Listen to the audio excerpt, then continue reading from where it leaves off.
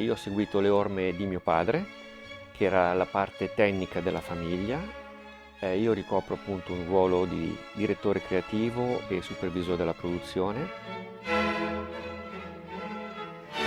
Oltre ad essere cugini, mi piace pensare che noi siamo anche una famiglia allargata, in quanto abbiamo dei collaboratori che sono anni che collaborano con noi, che sono cresciuti con noi e che sono un po' il sale dell'azienda. I tessuti rispecchiano quello che noi siamo, quindi i valori che ci sono stati tramandati dai nostri genitori e prima dal nostro nonno ai nostri genitori.